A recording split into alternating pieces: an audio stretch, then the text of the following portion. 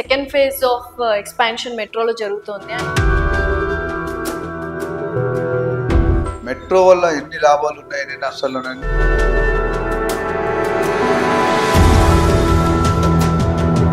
2025 రాబోతోంది కాబట్టి ఇంకొక 5 years అంటే డౌన్ ద లైన్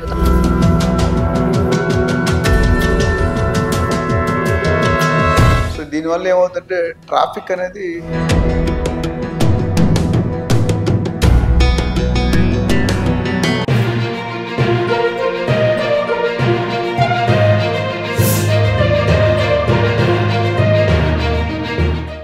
సో ఇప్పుడు మళ్ళీ సెకండ్ ఫేజ్ ఆఫ్ ఎక్స్పాన్షన్ మెట్రోలో జరుగుతోంది అండ్ కొన్ని ఏరియాస్ కూడా డిక్లేర్ చేయడం జరిగింది.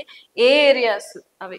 ఇది మెట్రో అనేది పెద్ద సబ్జెక్ట్ అండి. నేను మన ఎంవిఎస్ రెడ్డి గారు దానికి ఎండి ఉంటారు, చాలా పాత ఆయన ప్రెజెంటేషన్ ఇస్తుంటే రియల్లీ షాక్. ఎందుకంటే మెట్రో వల్ల ఎన్ని లాభాలు ఉన్నాయి, ఎన్ని నష్టాలు ఉన్నాయని తెలిసింది. First of all real estate లాభమా నష్టమా మెట్రో ఎక్స్పాండ్? డెఫినెట్ గా లాభమే అండి, నష్టం లేదు. ఇండివిజువల్ ల్యాండ్ పుల్లింగ్ లో ఓనర్స్ కొద్ది ఇబ్బంది ఉండొచ్చు ల్యాండ్ పుల్లింగ్ లో, అదర్వైజ్ ఇట్స్ గుడ్. ఎందుకంటే ఓఆర్ఆర్ వచ్చాక ఎంత ట్రాఫిక్ తగ్గింది అనేది మాకు అర్థమైంది. RRR వచ్చి ఇంకా తగ్గిపోతుంది. ఈ మెట్రో అన్నది ఏంటంటే safe journey, less traffic issues ఉండవు. సో ఇప్పుడు సెకండ్ ఫేజ్ లో ఇప్పుడు మనకి 3 కారిడార్లు ఉన్నాయి. ఇప్పుడు 6 to 9 4 to 9 అంటే 6 కారిడార్ డిక్లేర్ చేశారు. సో ఈ 6 కారిడార్ అన్ని ఏరియాలు కవర్ చేస్తున్నారు. అటు పటాన్ చెరువు, మియాపూర్ టు పటాన్ చెరువు, ఇక్కడ 4 City to airport, Chandrayangutta, round the circle declare చేశారు. సో దీన్ని బడ్జెట్ ఎస్టిమేటెడ్ ఏంటంటే 32,237 కోట్లు overall budget. This is a project taken by both central government and state government. ఎన్ని ఇయర్స్ లో కంప్లీట్ అవ్వచ్చు? లైక్ అది $1 million క్వశ్చన్. ఎందుకంటే స్టేట్మెంట్ ఇస్తారు, డెఫినెట్ గా నాకు తెలిసి 5 years అయితే మినిమం పడుతుంది. స్టిల్ ఎందుకంటే ఇప్పుడు 2025 రాబోతోంది కాబట్టి ఇంకొక 5 years అంటే డౌన్ ద లైన్ 2030 అంటే భయం వేస్తుంది. ఇప్పుడు ఔటర్ రింగ్ రోడ్ ఇంత ఏర్పాటు చేసినప్పటికీ, ఇన్ని ఫ్లైఓవర్స్ ఉన్నప్పటికీ ఆ 10 to 11 కానీ 9 to 11 కానీ మధ్యలో వెళ్ళాలన్నా, ఈవినింగ్ టైం వెళ్ళాలన్నా డబుల్ టైం అయిపోతుంది. సో 5 years కి ఎలా ఉంటది? ఇంకా ఎక్కువ పాపులేషన్ దాదాపు మొత్తం 185 కిలోమీటర్లు విస్తరణ అవుతుంది. ప్రస్తుతం కొత్తగా చేసేది 116.2 కిలోమీటర్లు విస్తరణ అన్ని కలిపి 4 సర్కిల్స్. సో దీనివల్ల ఏమవుతుందంటే ట్రాఫిక్ అనేది డెఫినెట్ గా మెరుగుపడుతుంది, తగ్గిపోద్ది అని చెప్పను, డెఫినెట్ గా బెనిఫిట్ ఉంటుంది. ప్లస్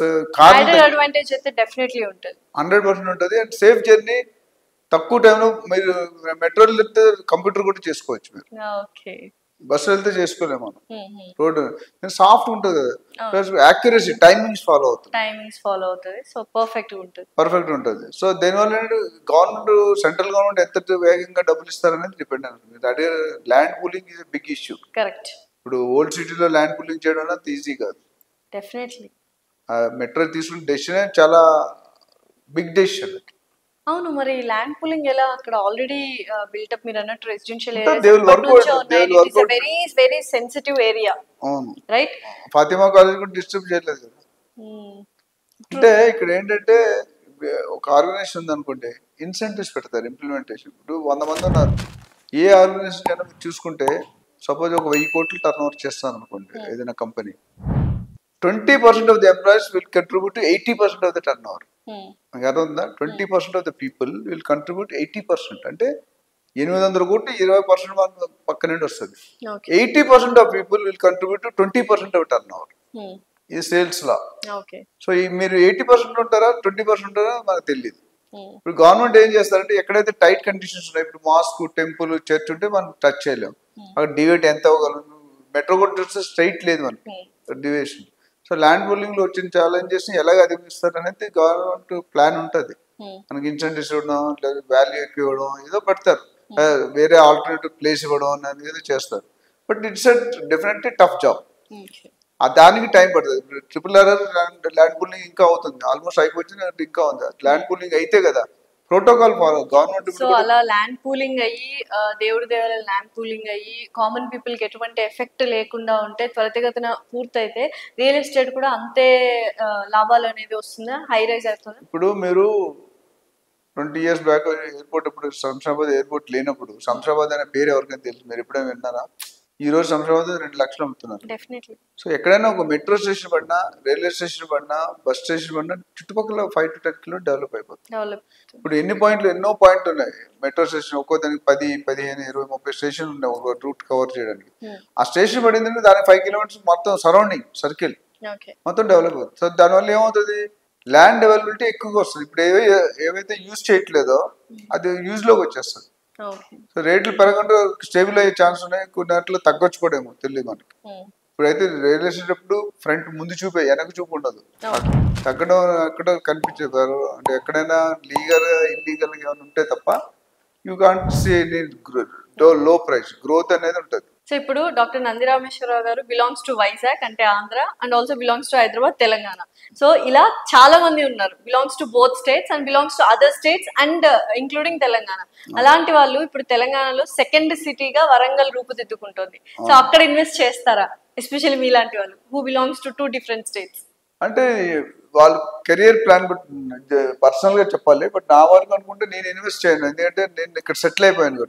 వైజాగ్ కంటే తెలంగాణలో ఎక్కువ ఉన్నాను. నేను పుట్టిన తర్వాత నా 60% లైఫ్ తెలంగాణలో ఉంది, 40% లైఫ్ ఆబ్వియస్లీ. ఈ రేషియో తీసుకున్నా కూడా మీరు వరంగల్లో ఇన్వెస్ట్ చేస్తారా? తెలంగాణనే కదా కూడా, అంటే సెకండ్ ఎమర్జింగ్ మీరే అన్నారు కదా, దూరంగా వెళ్ళికుంటే డెఫినెట్ వరంగలే కదండి, ఏదైనా అప్కమింగ్ ఏరియాలో పెట్టుకుంటేనే బెటర్. నాకు మార్వాడి కమ్యూనిటీ ఉంటారండి, వాళ్ళు ఒక క్వశ్చన్ అడుగుతారు ఇన్వెస్ట్మెంట్ చేసేటప్పుడు, జహా ఎక్కడైతే పవర్ లేదో, ఎక్కడైతే రోడ్లు లేవో, ఎక్కడైతే డ్రైనేజ్ లేదో అలాంటి జాగాలు చూపించమంటారు. ఎందుకో తెలుసా? 100 కిలోమీటర్ ముందు ఇప్పుడు మీకు సిటీలో దొరుకుతాయా అలా రోడ్లు లేని, పవర్ లేని? ఎక్కడో వికారాబాద్, జైరాబాద్ ఎక్కడో వెళ్ళిపోవాలి. ఎందుకంటే 100 రూపాయలు 10 రూపాయలు దొరుకుతుంది అక్కడ. 10 years హోల్డ్ చేస్తారు. హోల్డ్ చేసి ఆ 10 రూపాయలని 30 రూపాయలు ఇన్వెస్ట్ చేసి 100 రూపాయలు అమ్మేస్తారు.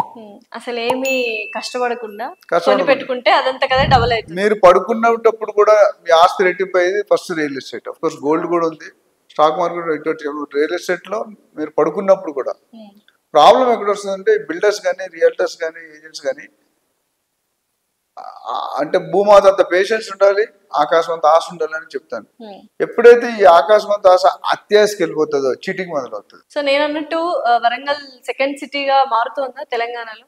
Is it emerging as a second city? Yes, definitely. Steps అంటే పాజిటివ్ స్టెప్స్ తీసుకుంటున్నారు, ఎంతవరకు ఇంప్లిమెంట్ చేస్తారు. ఇప్పుడు అన్ని స్టేట్మెంట్ రూపంలో ఉంటాయి, పేపర్లో ఉన్నాయి, బట్ ఫిజికల్ ప్రాక్టికల్ చూడాలి, గ్రౌండ్ రియాలిటీ చెక్ చేస్తే డెవలప్మెంట్స్ డెఫినెట్గా పెరుగుతాయి. థ్యాంక్ యూ సో మచ్ అండి.